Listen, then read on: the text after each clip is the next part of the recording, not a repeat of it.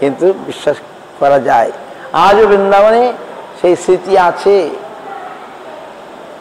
এরকম অনেক অনেক তিনি লীলা করেছেন ভগবান। তো লীলাময় হরি তিনি আজ এসেছেন নদিয়াপুরী। কৃষ্ণ লীলাময় আজ তিনি নদিয়াপুরীতে এসেছেন গৌরাঙ্গ রূপে।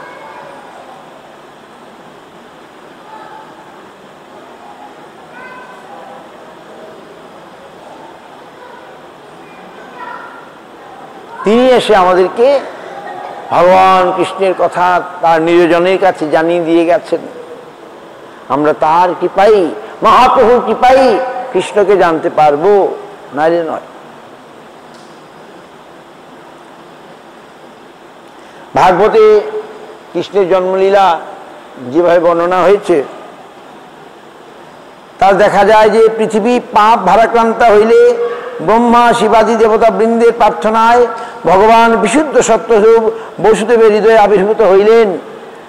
ভগবান এই জগৎটা পাপ ভারাক্রান্ত হয়েছে, কংস আদি অসুর অত্যাচার করছে, দেবতাগণ ডাকছেন। তিনি তখন কি করলেন? বসুদেবের হৃদয়ে এদিকে বসুদেব তারাও ভগবানকে পাওয়ার জন্য আরাধনা করেছিলেন।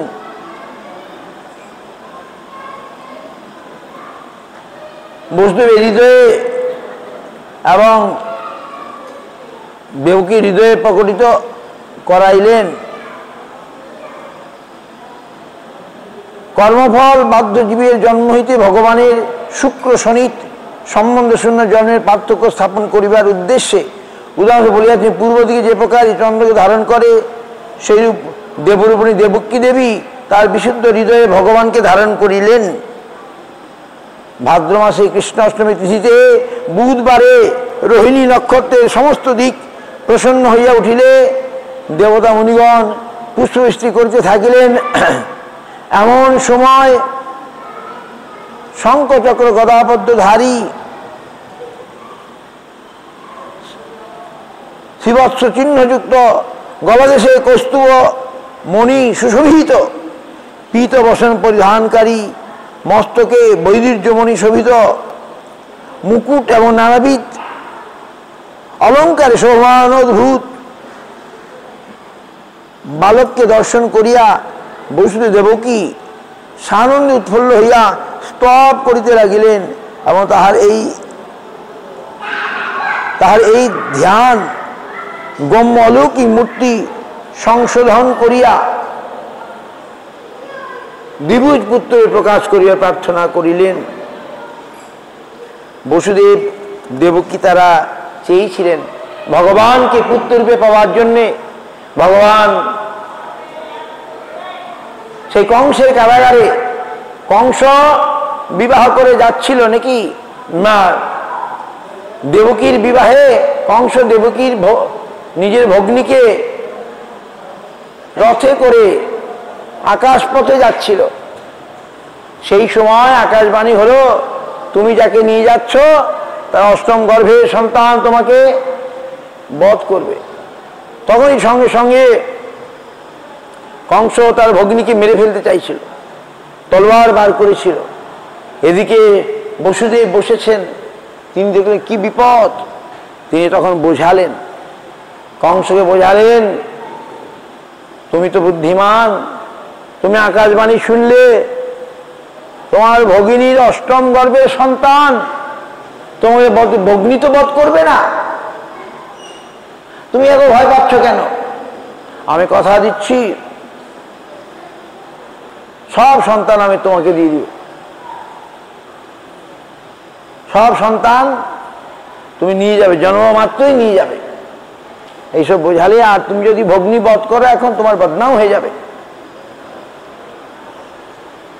তো কংস বুঝলো, বসুদেবের কথা বুঝলো, সে আর ভগিনীকে বধ করলো না। তো বসুদেব তো বলেই দিয়েছে, আমি তোমার জন্মমাত্র সন্তান দিয়ে দেবো, তারা কখনো দু নম্বরই করবে না, কথার খেলাপ করবে না। কংস সে জানে, তাই সেবারের মতো দেবকী কি ছেড়ে দিল। তারপরে একটি একটি করে সন্তান জন্ম হতে শুরু করলো। সঙ্গে সঙ্গে বসুদেব দিয়ে দিচ্ছেন। সে গিয়ে পাথরে আছাড় মেরে 6 পুত্রকে বধ করল। 7ম গর্ভ। 7ম ঘরে বলদেব আসলেন। বলদেবকে গর্ভ আকর্ষণ করে রোহিণী গর্ভে চলে গেল। তারপরে 8ম গর্ভে ভগবান দেবকীর গর্ভেই কংস কারাগারে এই মধ্যরাতে তিনি আবির্ভূত হয়েছিলেন।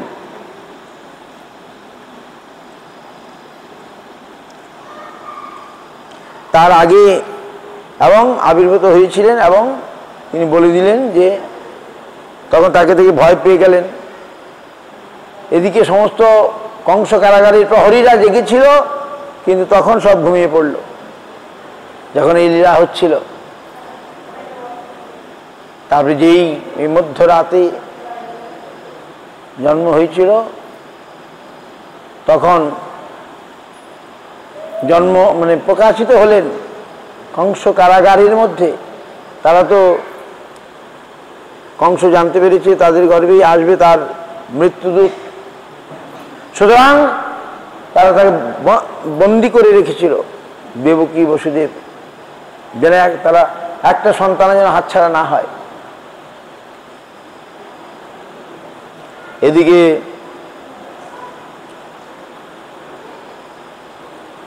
কংস তো খোঁজ খবর রাখছে, এক এক করে সব সন্তান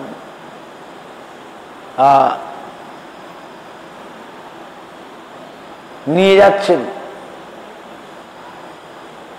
শেষে যখন যোগমায়া আসলেন, তাকেও সে যোগমায়া নন্দের ভবানী জন্মেছিলেন, প্রকাশিত হয়েছিলেন। কৃষ্ণ বলে দিলেন, তিনি ছোট্ট শিশু হয়ে গেলেন। আমাকে তুমি এখন নিয়ে চলে যাও নন্দ ভবনে, এখানে ভয় পাচ্ছেন দেবকী বসুদেব, কংস যদি এসে মেরে ফেলে। প্রথমে ভগবান রূপে আবির্ভূত হয়েছিলেন, পরে ছোট্ট শিশু হয়ে গেলেন। এইটা হচ্ছে কথা। আর কংস সেই কথা শুনে এই মধ্যরাতে কৃষ্ণকে নিয়ে চলে গিয়েছিলেন কোথায়? নন্দভবন। মথুরা যারা গেছেন, যমুনা পেরিয়ে যেতে হয় গোকুলে। মথুরায় এখন জন্মস্থান আছে, কংস কারাগার এখনো আছে, আপনারা গেলে দেখতে পাবেন। ওখান থেকে রাতের অন্ধকারে সবাই ঘুমিয়ে পড়েছিল, পাহাড়দাররা। আর সেই সময় বসুদেব কৃষ্ণকে ঝুড়ির মধ্যে করে নিয়ে যাচ্ছেন। যমুনা পেরিয়ে, এখন ব্রিজ ছিল না, এখন তো ব্রিজ আছে। যমুনায় তো জল সবসময় কম থাকে, সেই যমুনা দিকে পেরোচ্ছিলেন। তারপরে হঠাৎ যমুনার ইচ্ছা হলো, ভগবান যাচ্ছেন, আমি যদি তার পদস্পর্শ করতে পারতাম। যমুনা ফুলে ফুলে উঠলেন। তখন বসুদেব বললে, কইলাও কইলাও, কেউ নিয়ে যাও, কেউ নিয়ে যাও, বাঁচাও বাঁচাও, কইলাও কইলাও। এখন ওখানে একটা গ্রাম হয়ে গেছে, গ্রামের নাম কৈলাও। যমুনার পারে গোকুলে যাবার পথে একটা গ্রামের নাম কৈলাও। ওই বসুদেব বলেছে, কেউ নাও, নিয়ে যাও, আমার কোল থেকে নিয়ে যাও। যমুনা এত বেড়ে যাচ্ছে, আমি যদি রাখতে না পারি। কৈলাও। ভগবান আস্তে আস্তে যমুনা ভগবানের পদস্পর্শ করে আবার শান্ত হয়ে গেলেন। সেই যে নিয়ে গেলেন, গিয়ে এখানে গুরু মহারাজ অল ডিসক্রাইব হিয়ার। সেখান থেকে সেখানে যোগমায়ার প্রভু যশোদা মা ঘুমিয়ে পড়েছেন, নন্দ মহারাজ সব ঘুমিয়ে পড়েছেন মধ্যরাতে। সেখানে গিয়ে তিনি দেখলেন একটি কন্যা আর একটি, তিনি দেখতে পান নাই, তিনি একটি কন্যাকে দেখতে পেয়েছেন শুধু, আর পুত্রকে দেখতে পান নাই। কে? বসুদেব। সেখানে একটা কন্যা আর একটা পুত্র। ভাগবতেও নাই, this things not in Bhagavatam but in some other books. Harivamsa it's there. তিনি Devaki Vasudeva not seen, he seen only the girl Yogamaya, Mahamaya. তাকে নিয়ে আসলেন, এনে কংস কারাগারে রেখে দিলেন। যাই হোক, আমরা একটু ভাগবত থেকে পড়ি। আমি তো ভাবছিলাম অনেক বই নিয়ে এসেছিলাম পড়ব, ভাগবত থেকে আমাদের সময় ঘনিয়ে আসছে। মধ্যরাতে ভগবান আবির্ভূত হয়েছিলেন। ভাগবতী সুখদেব মহারাজ আজ পরীক্ষিত মহারাজ কি বলছেন,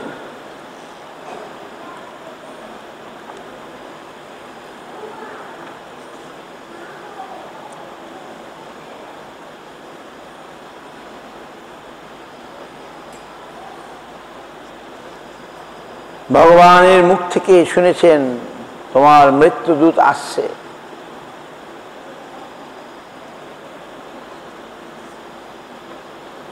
এভাবে কংস তো ভয় পেয়ে গেছে।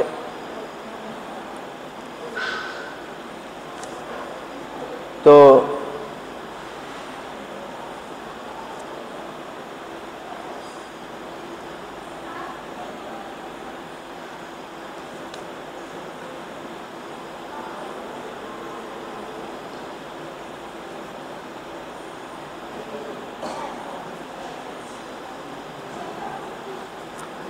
কৃষ্ণের জন্মলীলা কীর্তন করছেন সুখদেব মহারাজ। যে কথা আমি বললাম এগুলো এখানে সব আছে। গর্ভস্তুতি করলেন দেবতারা, গর্ভের মধ্যে ভগবান এসব অভিনয় দেখাচ্ছেন, তিনি আসছেন। তো ভগবান আসছেন, দেবতারা খুব সুন্দর সুন্দর শ্লোকের দ্বারা সেই গর্ভস্তুতি করলেন।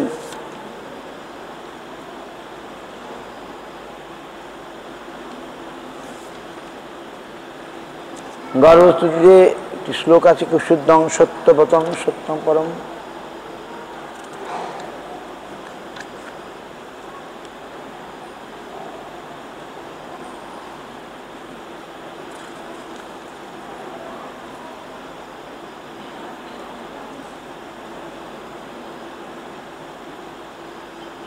গর্ভস্তুতি বলছে সত্যং বিশুদ্ধং শ্রয়তে ভবান স্থিতৌ শরীরাং শ্রেয় উপানং বপু বেদক্রিয়া জগত্তপ সমাধিবিহি স্তর্বাধারণ যেন সমীহতে। হে ভগবান, আপনি স্থিতিকালে দেহগণের মঙ্গল সাধক বিশুদ্ধ সত্যম বপু প্রকট করেন, যে ওই বপু দ্বারা লোক সকল বেদক্রিয়া যোগ তপস্যা সমাধি যোগে আপনার পূজা করিয়া থাকেন। ভগবানকে দেবতারা স্তব করছেন গর্ভে। ভগবান আমাদেরকে শিক্ষা দেবার জন্যেই তিনি এইভাবে আবির্ভূত হন, লীলা করেন। সেই ভগবানের অচিন্ত, যেগুলো আমরা চিন্তা করে বুঝতে পারবো। ভগবানের প্রতি স্তুতি করে দেবতাগণ দেবকী বলতে লাগিলেন, হে মাতো দেবকী, ভাগ্যক্রমে আমাদের মঙ্গলের নিমিত্ত সাক্ষাৎ পরমপুরুষ ভগবান বলদেবের সহিত আপনার কুক্ষিগত হইয়াছেন, অতএব মরণেচ্ছুক অংশ হইতে আপনার কোনো ভয় নাই। দেবতারা এসে অভয় জানাচ্ছেন ভগবানের। যদি কেহ বলেন যে ভগবত পাদাশ্রয়ের প্রয়োজন কি, শুষ্ক জ্ঞানের দ্বারাই তো ভগবানের ভবসাগর উত্তীর্ণ হওয়া যায়, তবে বলিতেছেন, হে পদ্মলোচন, অপর যে সকল ব্যক্তি নিজ দিগকে মুক্ত বলিয়া অভিমান করেন, আপনাদের তাহাদের প্রীতি না থাকায় তারা মলিন চিত্ত। সেই সকল ব্যক্তি অতিশয় কষ্টে মুখ্য সন্নিহিত প্রদেশে অধিরোহণ করিল আপনার পদ্মকে অনাদর করায় তথায় অধঃপতিত হন। যারা মুক্তি কামনা করেন, দেবতারা বলছেন, তারা ভগবানকে নিরাকারের আরাধনা করেন, তারা ভগবানকে অস্বীকার করেন, এবং শিকারের ফলে তারা ওখানেও থাকতে পারেন না। আবার এই মায়াময় সংসারে ফিরে আসেন। এইভাবে গর্ভস্তব করছেন দেবতাগণ।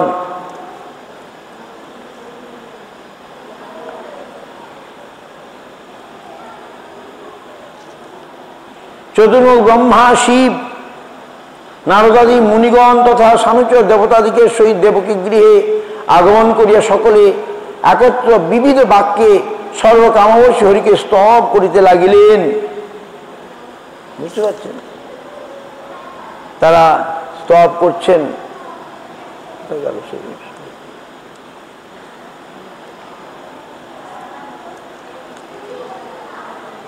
সত্যব্রতং সত্যপরং ত্রিসত্যং সত্যস্য যোনিং নিহিতঞ্চ শত সত্যে সত্যস্য সত্যামৃত সত্য নেত্রং সত্যাত্মকং তাং শরণং প্রপন্না। I am looking, this sloka is very important. Bhaktivinoda Thakur wrote many commentary of this. দেবতাগণ এই বলিয়া ভগবানকে স্তব করতে লাগিলেন, হে ভগবান, আপনি সত্য সংকল্প, অর্থাৎ আপনি যাহা সংকল্প করেন তাহার সত্যতা সংরক্ষণ করিয়া থাকেন। অর্থাৎ আপনি সত্যব্রত, সত্যই আপনাকে পাইবার শ্রেষ্ঠ উপায় বলি আপনি সত্যপর, সৃষ্টি স্থিতি লয় ত্রিবিধ কলে আপনি সমানভাবে বর্তমান থাকেন বলি আপনি ত্রিসত্য। আপনি পঞ্চভূতের উৎপত্তির কারণ, আবার পঞ্চভূতের উৎপত্তির পরও আপনি তাহাতে অন্তর্যামী রূপে বিরাজমান। ভূতনাশী অর্থাৎ প্রলয়কালে আপনি একমাত্র অবশিষ্ট থাকেন। আপনি ঋত অর্থাৎ সুসত্য বচন এবং সত্য অর্থাৎ সমদর্শন, এই উভয়েরই প্রবর্তক। অতএব আমরা সত্যাত আপনার শরণাপন্ন হইয়াছি। দেবতাগণ প্রার্থনা করছে, আপনি সত্য। দেবতাগণ গর্ভে মধ্যে ভগবানের স্তুতি করছে।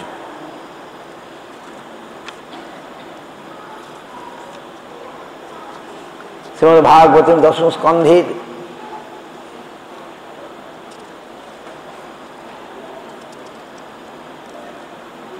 দ্বিতীয় পরিচ্ছেদে আমরা শুনছি গর্ভস্তুতি। তৃতীয় পরিচ্ছেদে ভগবান আবির্ভূত হবেন। তৃতীয় অধ্যায়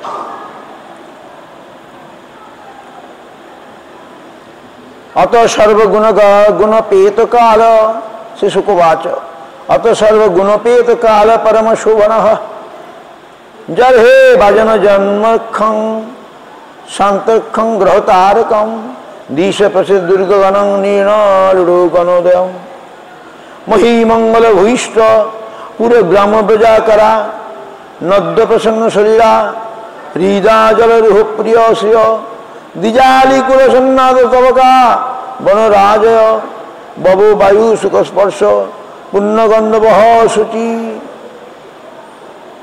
অগ্নশ্চ দ্বিজাতিনাং শান্তস্তন্ত্র সমীক্ষত মন্ন সংসন্নানি সাধুনামসুরদ্রোহম জায়মানেও জানে তস্মিন নির্দুন্দুবয় সমম। ভগবানের আবির্ভাবের সময়ে কি অবস্থা হয়েছিল সুখদেব বললেন। অনন্ত যখন সর্বগুণ সম্পন্ন অতি রমণীয় কাল উপস্থিত হইল, অশ্বিনী প্রভৃতি নক্ষত্রগণ, রবি প্রতি গ্রহগণ ও শান্ত ভাব ধারণ করল। রোহিণী নক্ষত্র সমাগত হইল। দিক সকল প্রসন্ন নির্মল, আকাশমণ্ডল নক্ষত্র বিবর্ষিত। পৃথিবীস্থ নগর গ্রাম গোষ্ঠ আকর্ষণ বহু মঙ্গলময় নদী সকল স্বচ্ছ সলিলপূর্ণ, রথসমূহ পদ্ম সকলে সুশোভিত এবং বনরাজি কুকিলাদি ভ্রমরগণের শ্রুতিমধুর নাদ পরিপূর্ত। পদ্মপুষ্পগুচ্ছ সুরম্য হইল। পুণ্যগন্ধবাহী সুখস্পর্শ বিশুদ্ধ বায়ু প্রবাহিত হইতে লাগিল এবং যাজ্ঞিক ব্রাহ্মণগণের শান্ত যজ্ঞানল পুনরায় প্রজ্বলিত হইয়া উঠিল।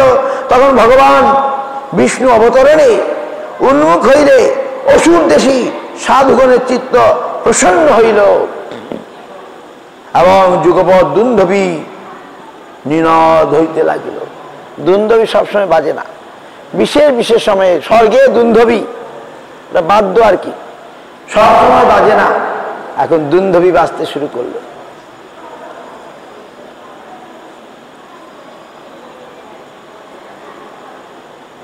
কিন্নর গন্ধর্বগণ মঙ্গল গান, সিদ্ধ চালন স্তব, বিদ্যাধরীগণ অপ্সরগণের সহিত হর্ষে নৃত্য করিয়াছিল।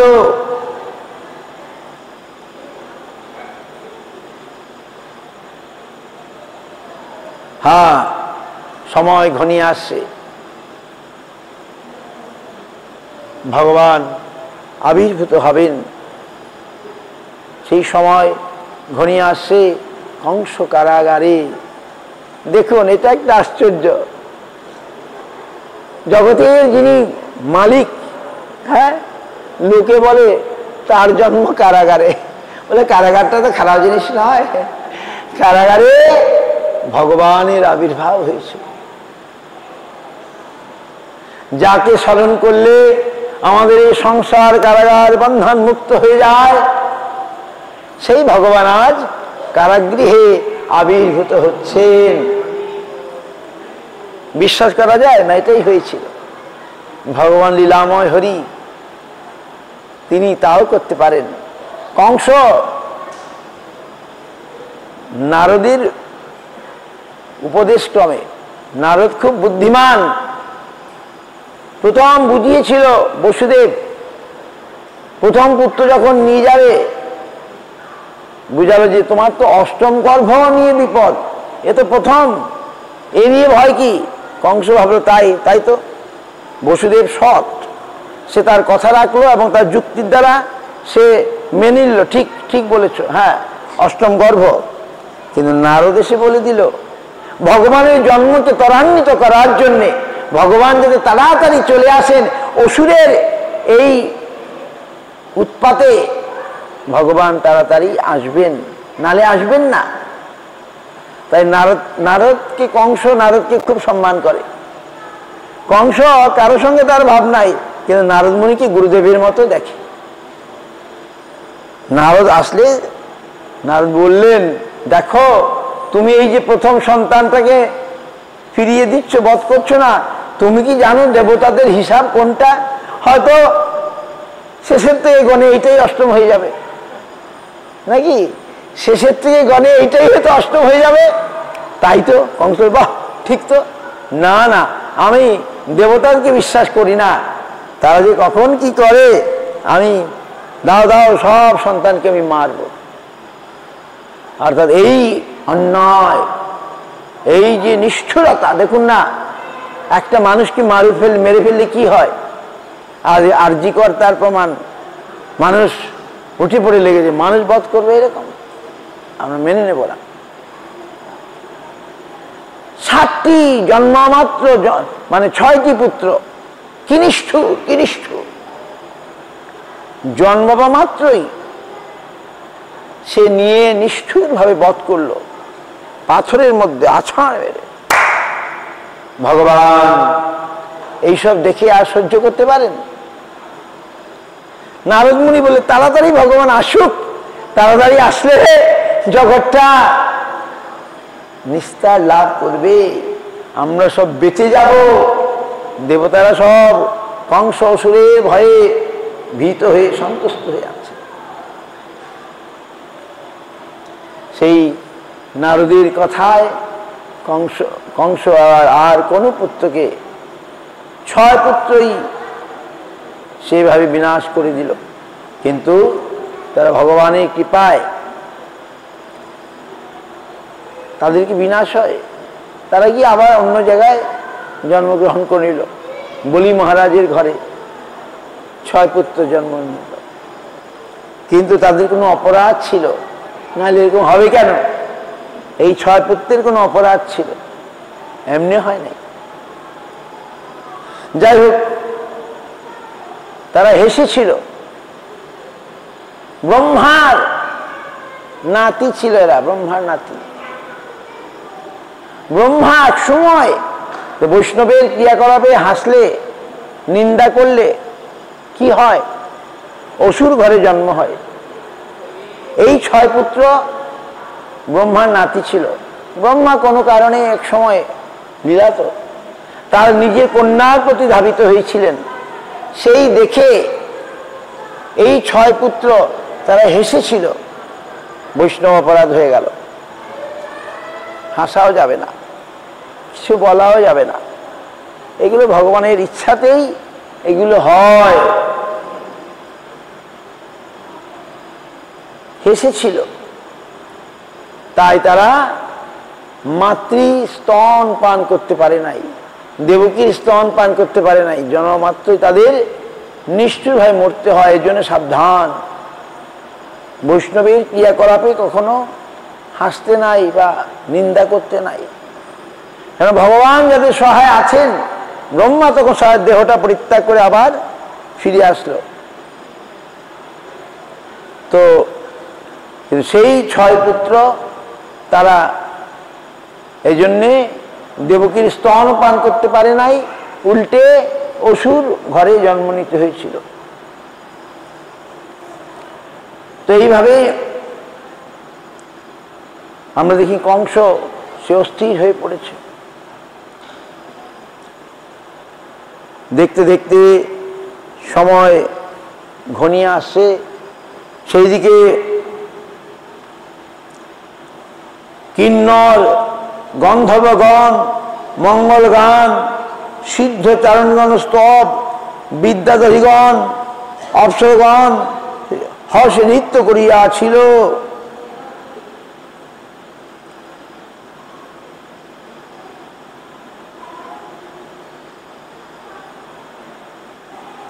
হ্যাঁ,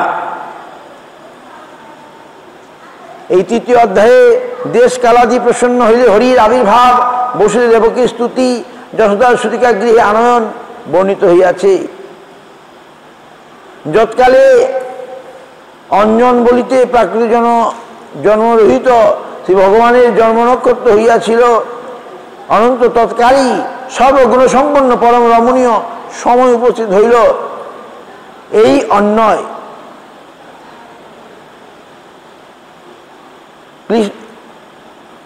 সৃষ্টার্থে জন্ম নক্ষত্রের নাম উল্লেখ করিলেন।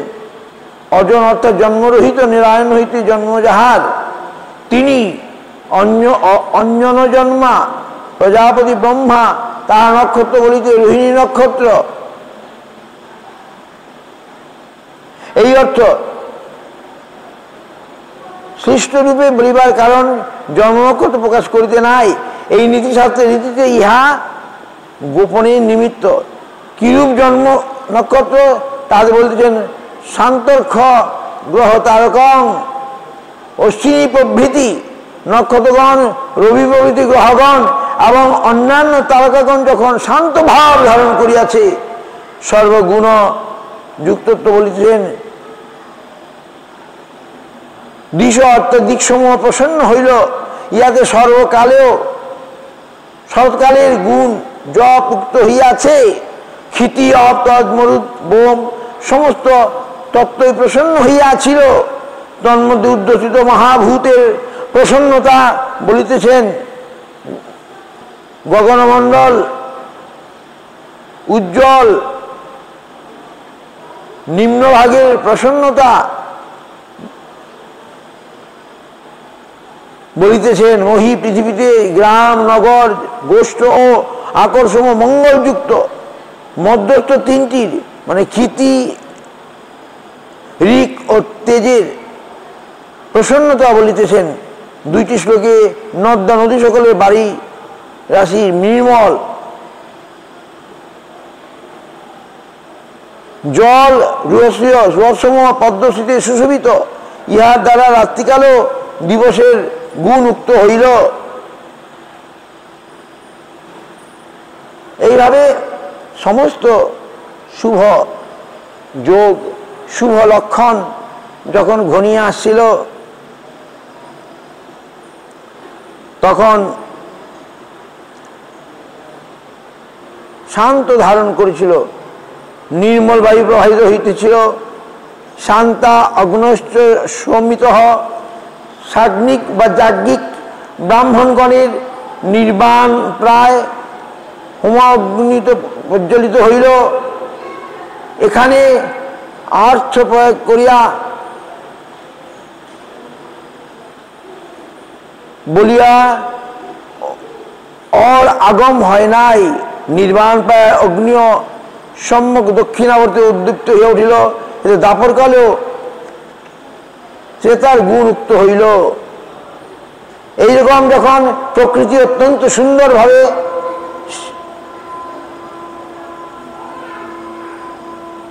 সেজে উঠেছিল, দেবতা মণিগণ হর্ষে পুষ্পবৃষ্টি করিতে লাগিলেন। সেই অন্ধকারময় নিশীথে জনার্দন অবতীর্ণ হইব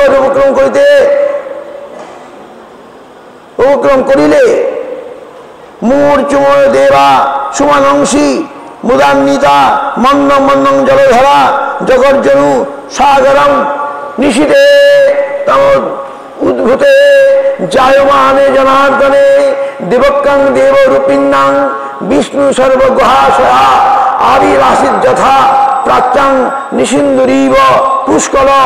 দেবতাগণ মুনিগণ হর্ষে পুষ্পবৃষ্টি করিতে লাগে। সেই অন্ধকারময় নিশীথে জনার্দন অবতীর্ণ হইবার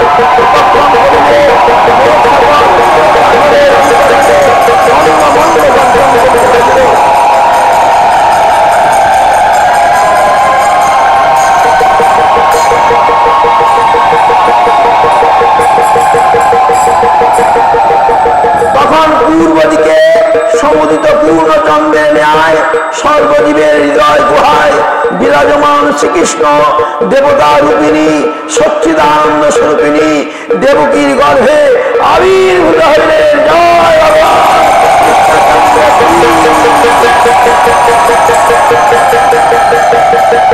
জয় কংস কি, জয় দেবকী বসুদেব কি। ভগবান কৃষ্ণচন্দ্র কংস কারাগারে দেবকীর বসুদেবের ইচ্ছা পূর্ণ করবার জন্যে তারা চেয়েছিলেন ভগবানকে পুত্ররূপে পাবার জন্যে। বাৎসল্য রসে তারা ভজন করেছিলেন। তাদের ভজনের ফলে ভগবান আবির্ভূত হয়ে গেলেন। এই আজকের অষ্টমী তিথিতে রোহিণী নক্ষত্রে মধ্যরাতে যখন সমস্ত দ্বারী প্রহরী ঘুমিয়ে পড়েছিল, কংস সব ঘুমিয়ে পড়েছিল, কংস প্রহরীদেরকে সজাগ রেখে যায় জন্মালেই আমাকে খবর দেবে, আমি সঙ্গে সঙ্গে অষ্টম গ্রহ আমার বিনাশ করবে, একে আমি বধ করব। কিন্তু ভগবানের সঙ্গে কে পারে? ভগবানের উপরে কেউ নেই। সমস্ত বুদ্ধি, যেমন হিরণ্যকশিপু চেয়েছিল ভগবানকে, নিজেই ভগবান হয়ে গিয়েছিল এবং তার অমর বর অমরের মতো বর নিয়েছিল, কিন্তু ভগবানের হিসাবে সব গোলমাল হয়ে গেল। তেমনি কংস, সে কম নয়, 10,000 হাতির বল আছে কংসের শরীরে, সাধারণ নয়। ভগবান সেই কংসকে বধ করেছিলেন। 10,000 হাতির বল কংসের শরীরে ছিল। সেই কংসকে বধ করবার জন্যে ভগবান, অসুর বধ করবার জন্যে ভগবান অবতীর্ণ হন। তো কিন্তু তিনি শুধু অসুর বধ করতে আসেন নাই, তিনি আরো অনেক লীলা করেছিলেন নাকি? সে লীলার কথা আমরা পরপর শুনব। আজ আমরা জন্মলীলার কথাই বিশেষভাবে ধ্যান দিচ্ছি। ভাগবতীর 10ম স্কন্ধ 3য় অধ্যায় ভগবান আবির্ভূত হয়ে গেলেন। তমদ্ভূত বালক মম্মুজেক্ষণং চতুর্ভুজং শঙ্খ গদা দুদায়ুধম শিবৎসলক্ষং গলশোভি কস্তুভং পীতাম্বরং সান্দ্রপয়োদৌ সৌভগম মহার্হ বৈদুর্য কিরীটি কুণ্ডল তিসা পরিশক্ত শস্ত্র কুন্তলম উদ্দাম কাঞ্চা অন্নদ কঙ্কনাদিবি বিরোচমানং বসুদেবৈক্ষতঃ। তখন বসুদেব দেখিলেন ওই অদ্ভুত বালকের লোচনদ্বয় কমলতুল্য, পদ্মের মতো। তিনি চতুর্ভুজ, ভগবান চারভুজে আবির্ভূত। শঙ্খ চক্র গদা পদ্ম হস্ত, বক্ষতলে শিবৎস অলঙ্কৃত, গলাতে কৌস্তুভ। তিনি গীত পীত বস্ত্রধারী, বর্ণ নিবিড় জলধর সদৃশ সুরেন্দ্র, অতি সুন্দর, মেঘের মতো রং।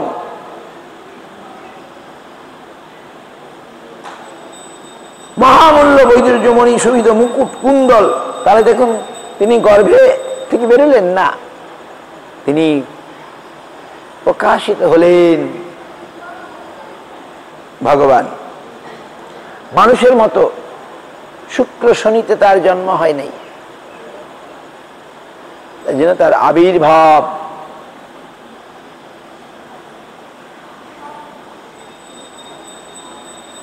তার অপূর্ব রূপ, অপূর্ব শোভা, অপূর্ব অলঙ্কার, অপূর্ব বস্ত্র সব বসুদেব আর দেবকী দেখতে আরম্ভ করলেন। তৎকালে শ্রীহরিকে পুত্রের দর্শন করিয়া বসুদেবের নয়ন যুগল বিস্ময়ে উৎফুল্ল হইয়াছিল। তিনি কৃষ্ণ অবতার মহোৎসব অনুষ্ঠানের জন্য ব্যস্ত হইলেন। আনন্দ পরিত হইয়া মনে মনে তৎক্ষণাৎ ব্রাহ্মণগণকে 10 সহস্র ধেনু প্রদান করিয়াছিলেন। হরি বল। সেই সময় 10 সহস্র 10,000 গাভী দান করেছিলেন।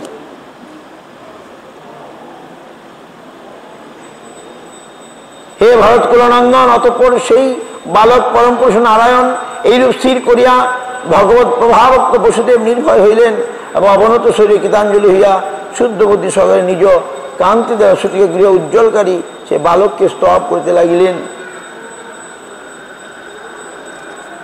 কৃষ্ণ বলে দিলেন, কৃষ্ণের দর্শনে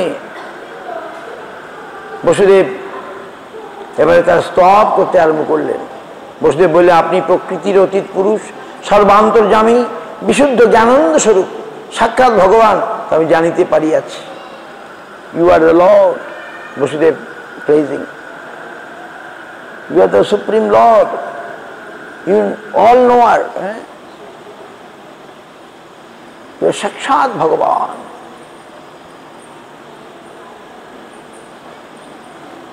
In this way many, Vasudev and others, they make so many prayers. তারা অনেক স্তুতি করলেন।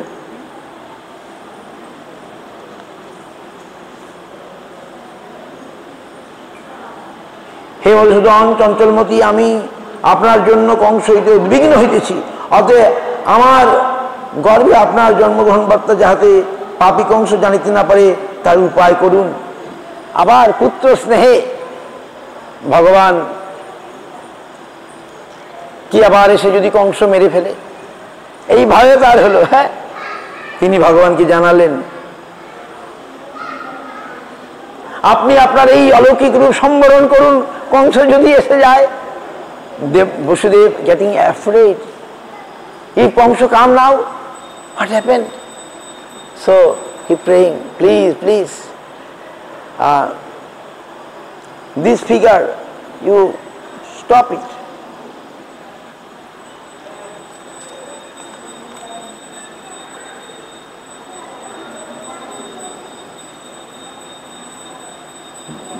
দেবকী মানে বসুদেব এইভাবে বললে পরে ভগবান উবাচ, ভগবান বললেন, হে দেবকী বললেন, হে সতী, স্বয়ম্ভু মন্বন্তরে তুমি পৃষ্টি নামে জাত হইয়াছিলে এবং শুদ্ধ চিত্তে বসুদেব সুতপা নামক প্রজাপতি ছিলে।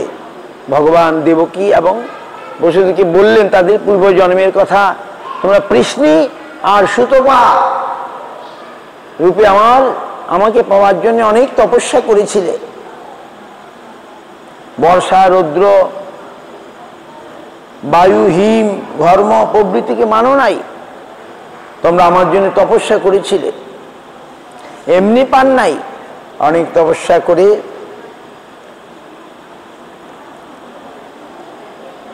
তোমাদের কাছে আগেও আসছিলাম।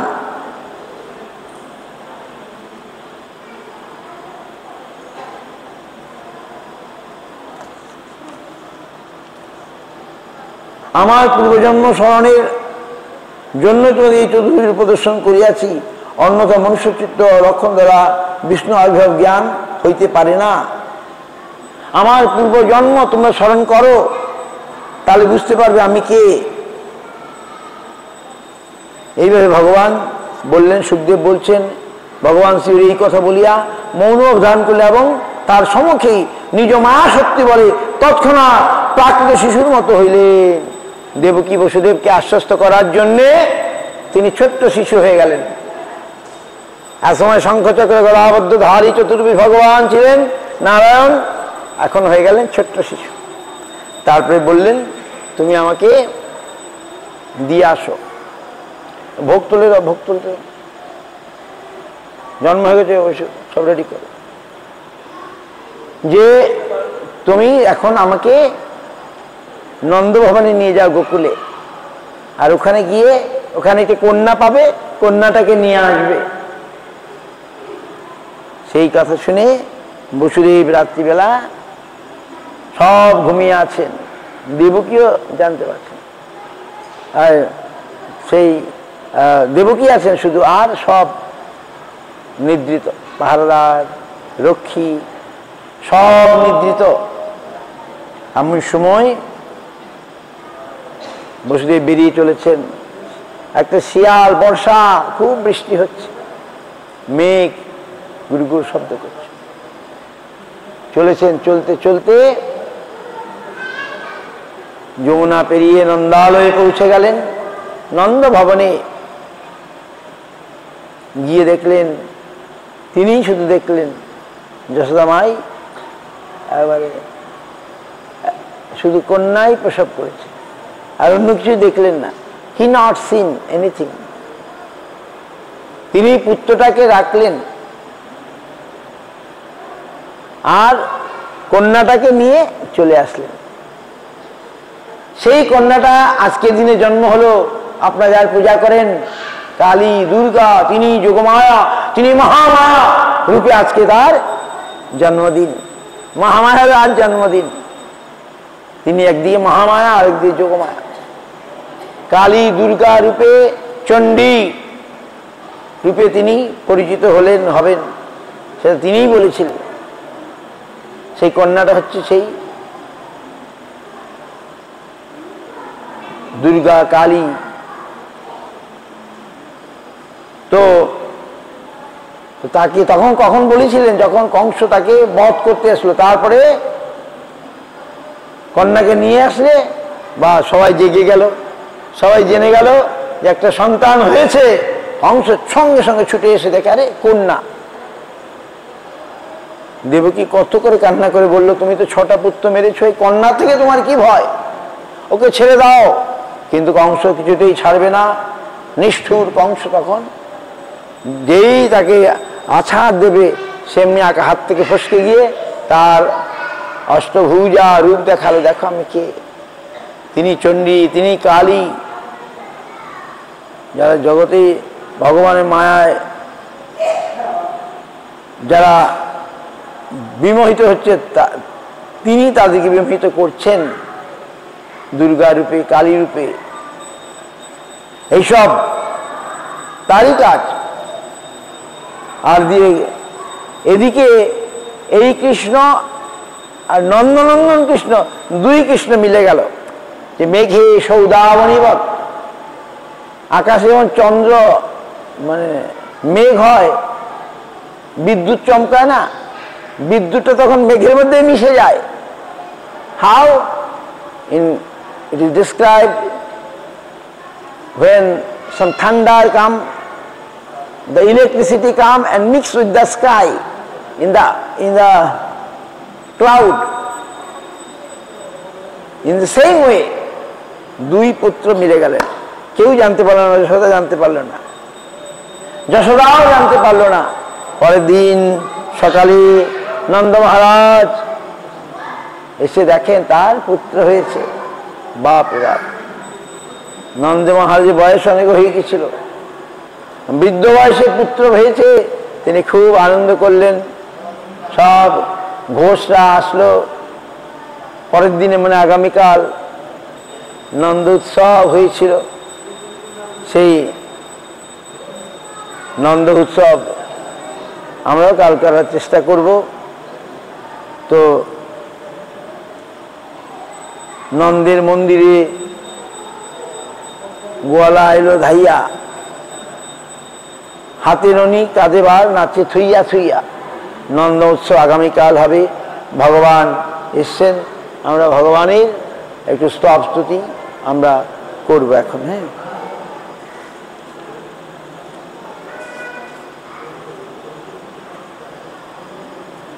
ভগবান যদি নন্দের ঘরে জন্ম না নিতেন তাহলে তাকে নন্দনন্দন কেউ বলতো?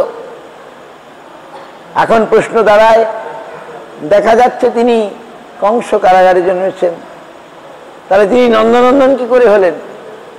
না, এখানে জন্মেছেন। ভাগবতে ডাইরেক্ট নাই, কিন্তু হরিবংশ ইত্যাদি some other books Harivamsa describe these things, but Bhagavatam not told. Only Devaki ঘরে জন্ম, দেবকী's house, her appearance, এটাই ভাগবতে আছে। সুতরাং সেই ভগবান তিনি আমাদের ক্ষমা করুন, কৃপা করুন, এটি আমরা তার কাছে প্রার্থনা করব। আমরা এবার দাঁড়িয়ে একটু কীর্তন করি। হ্যাঁ, বসে বসে অনেক। হে কৃষ্ণ করুণা সিন্ধু দীনবন্ধু জগৎপতে গোপীশ গোপিকা কান্ত রাধা কান্ত নমস্তুতে। ঈশ্বর পরম কৃষ্ণ সচ্চিদানন্দ বিগ্রহ অনাদিনাদি গোবিন্দ সর্বকারণ কারণম। কৃষ্ণ অনাদির আদি গোবিন্দ, সর্বকারণের কারণ। ব্রহ্মা বলছেন সেই গোবিন্দ আমাদের মতো নন, তিনি কৃপা করলে তাকে আমরা জানতে পারবো। আসুন আমরা তার স্তব স্তুতি একটু করব।